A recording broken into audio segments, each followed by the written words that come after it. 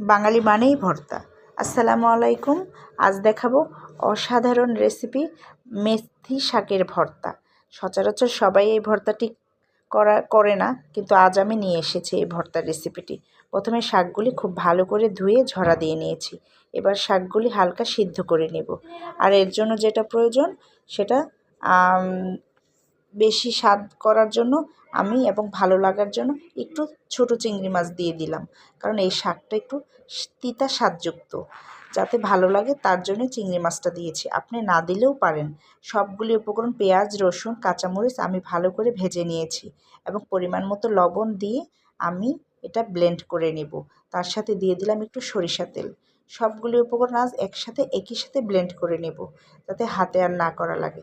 বাস হয়ে গেল আমার ব্লেন্ড করা, আর আমার ভর্তাটাও রেডি হয়ে গেল। আমার ভিডিওটি দেখে আপনিও ভর্তা করে নিতে পারেন। ধন্যবাদ সবাইকে, ভালো থাকবেন।